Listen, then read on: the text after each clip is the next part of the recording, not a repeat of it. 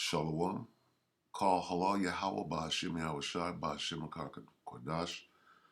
Double honor to the elder apostles of GMS, and including the elders that came before them that taught us this truth. Shalom and salutations to all the brothers out pushing the word of truth and in sincerity. I'm the brother Yashawan back with another lesson.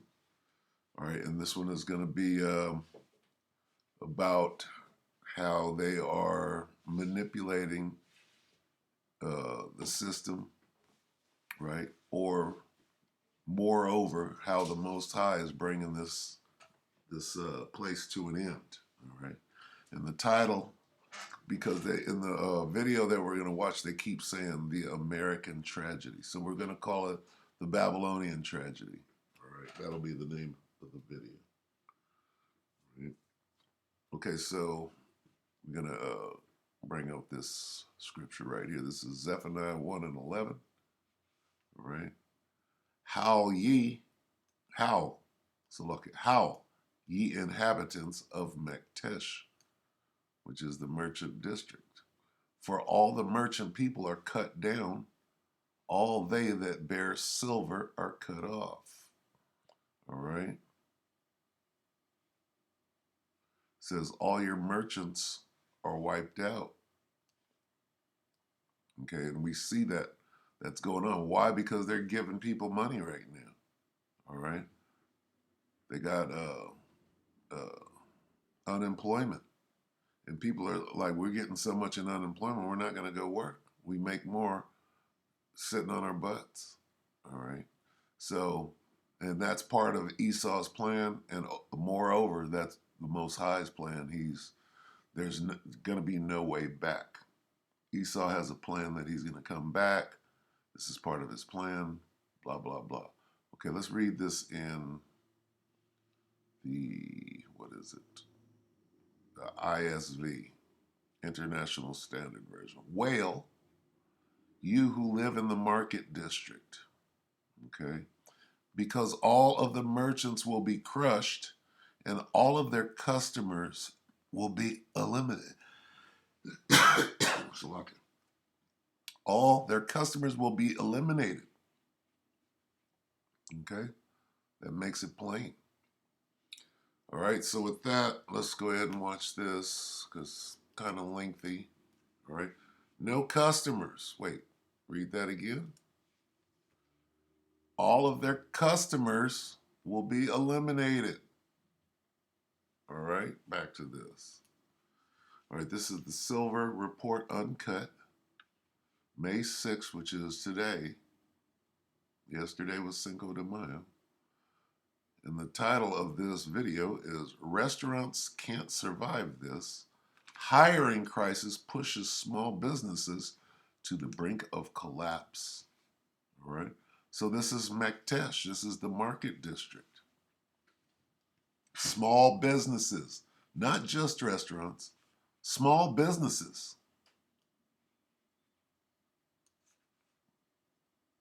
Mektesh. Okay.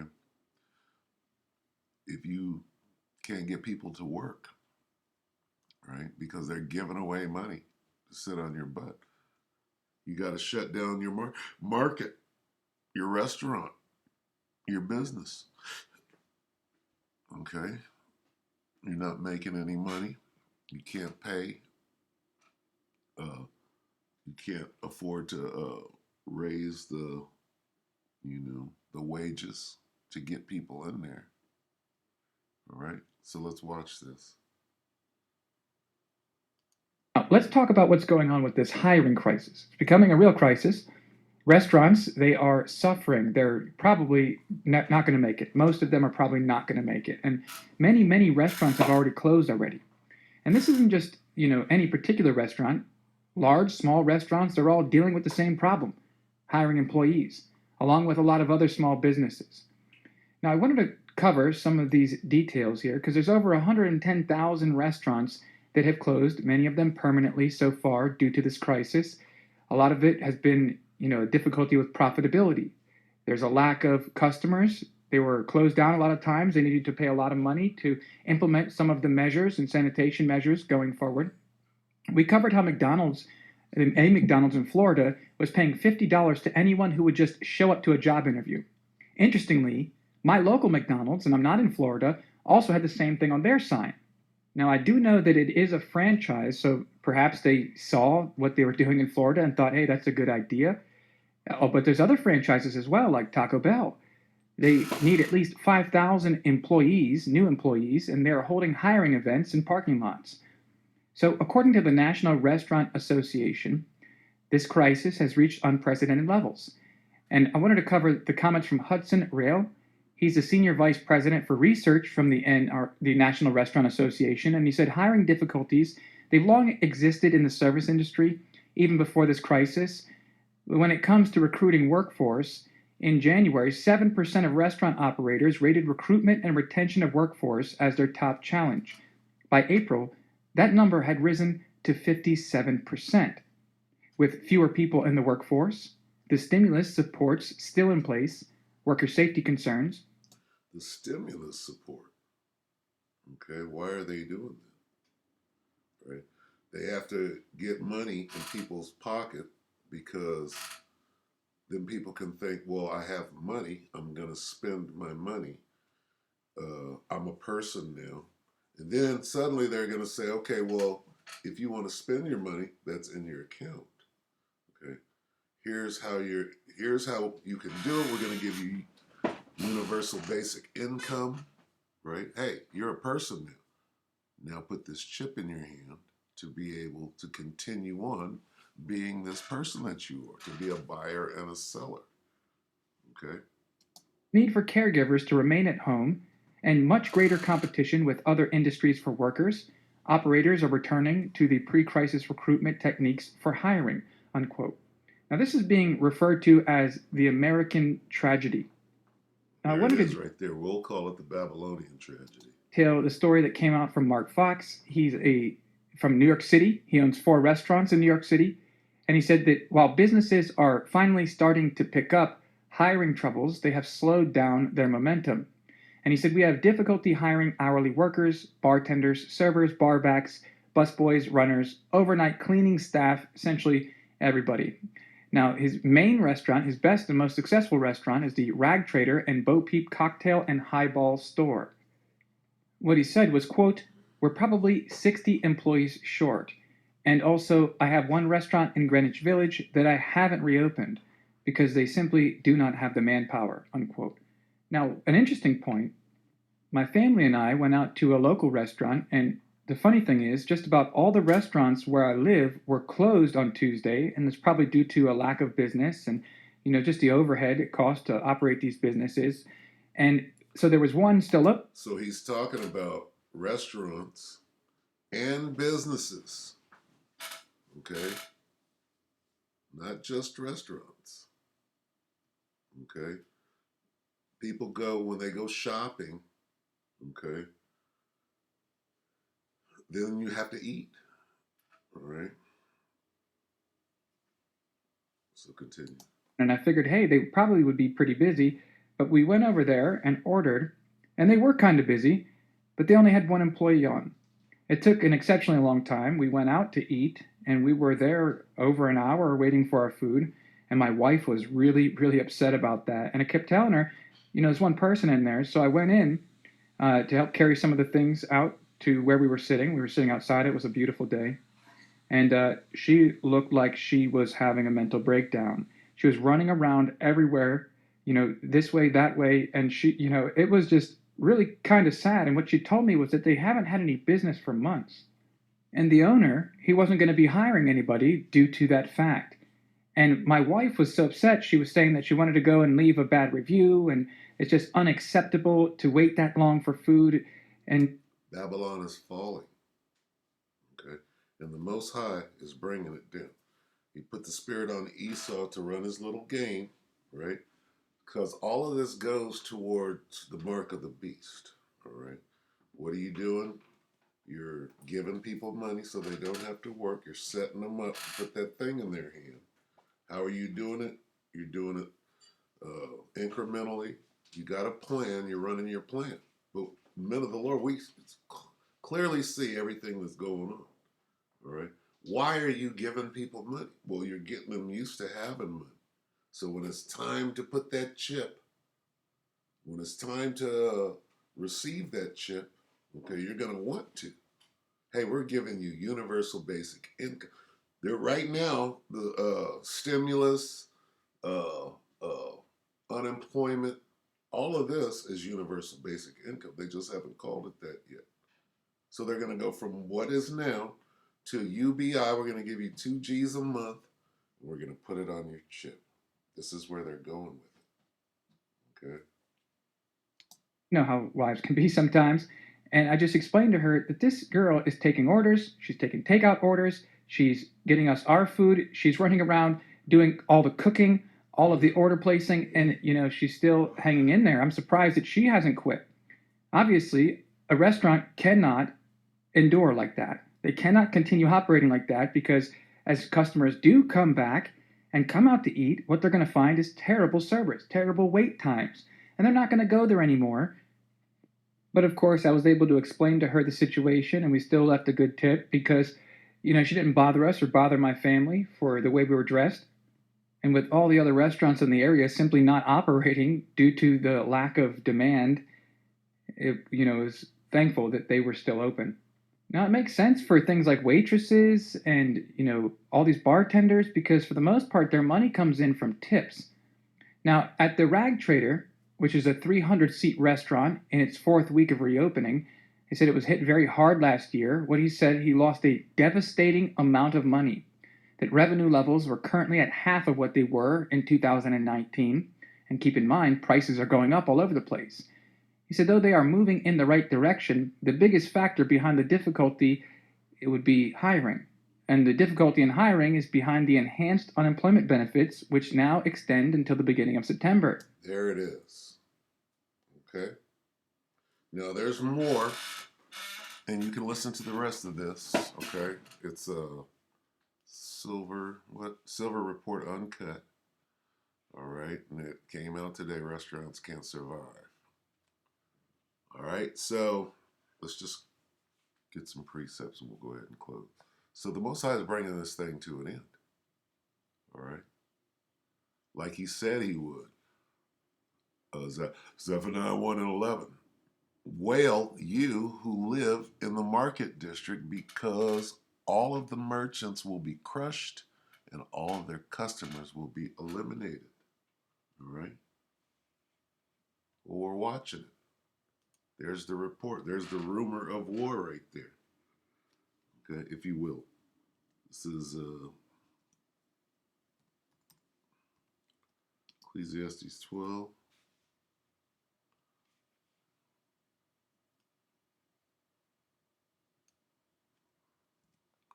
See if this is give it to me. Yeah, okay. Ecclesiastes 12 and 4. And the doors shall be shut in the street when the sound of the grinding is low. Okay, that's work. And he shall rise up at the voice of the bird, and all the daughters of music shall be brought low. All right. They're just starting to have music again in restaurants, but some places only, instead of a 3-piece, 5-piece band, you can only have a single act. One guy playing a guitar, one guy playing a keyboard or whatever. Karaoke. One guy who I know is famous for playing in a band is sitting behind a karaoke machine. Suddenly he's a singer, right? When everybody knows he's a drummer, a singing drummer. But now he just turns on some backing music and sings to it, which is called karaoke. All right? Glorified karaoke. And that's the daughters of music being brought low, clearly. All right, let's get some more.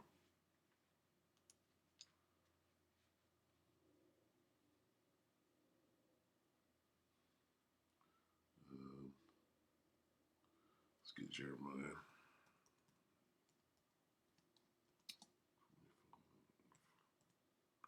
It's Jeremiah 25 and 10. Moreover, I will take from them the voice of mirth and the voice of gladness, the voice of the bridegroom and the voice of the bride, and the sound of the millstones and the light of the candle. Hey, the millstone is the grinding, the work. All right.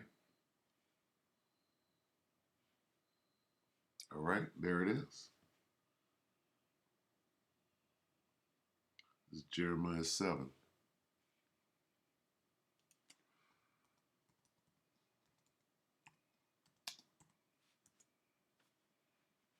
Jeremiah 7:34.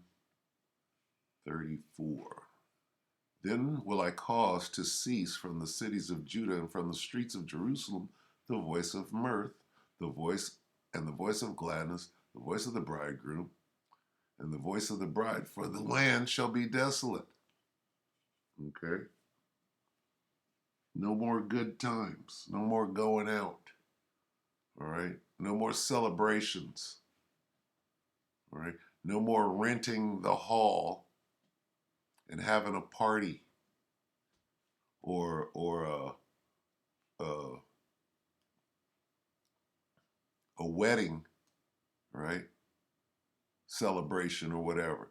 And I saw a video the other day. I think it was in Florida, where there's no dancing or standing um, at a wedding. Something stupid like that. All right. There's a new law that you can't dance at the wedding, and you can't stand or something dumb like that. I need to pull that out. I wonder if I can find it. Anyway, let's get more. A couple more. We'll close it.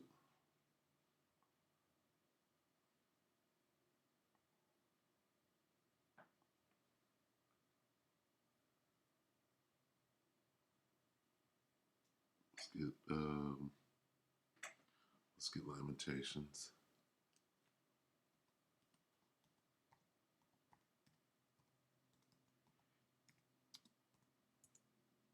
It's Lamentations 5:5.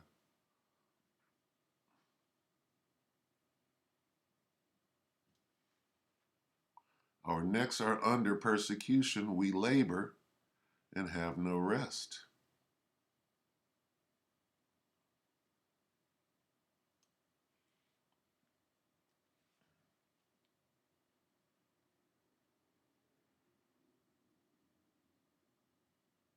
All right.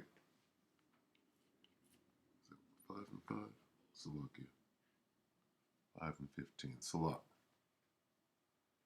Salakia. That was the wrong one. That didn't make sense. Okay. Lamentations 5:15. The joy of our heart, the mirth, the joy of our heart is ceased. Our dance is turned into mourning. Okay, that's what we're looking for. The elders have ceased from the gate, the young men from their music. All right. The joy of our heart is ceased. Our dance is turned into mourning. Hey, this thing is progressively going to get worse and worse. All right. That whole Handmaid's Tale thing uh, is starting to take shape. All right.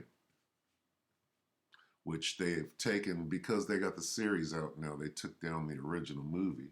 Can't find it anymore. You got to search it out and pay big money to see it. So, or we'll get one more. We'll go ahead and close. Let's get Amos.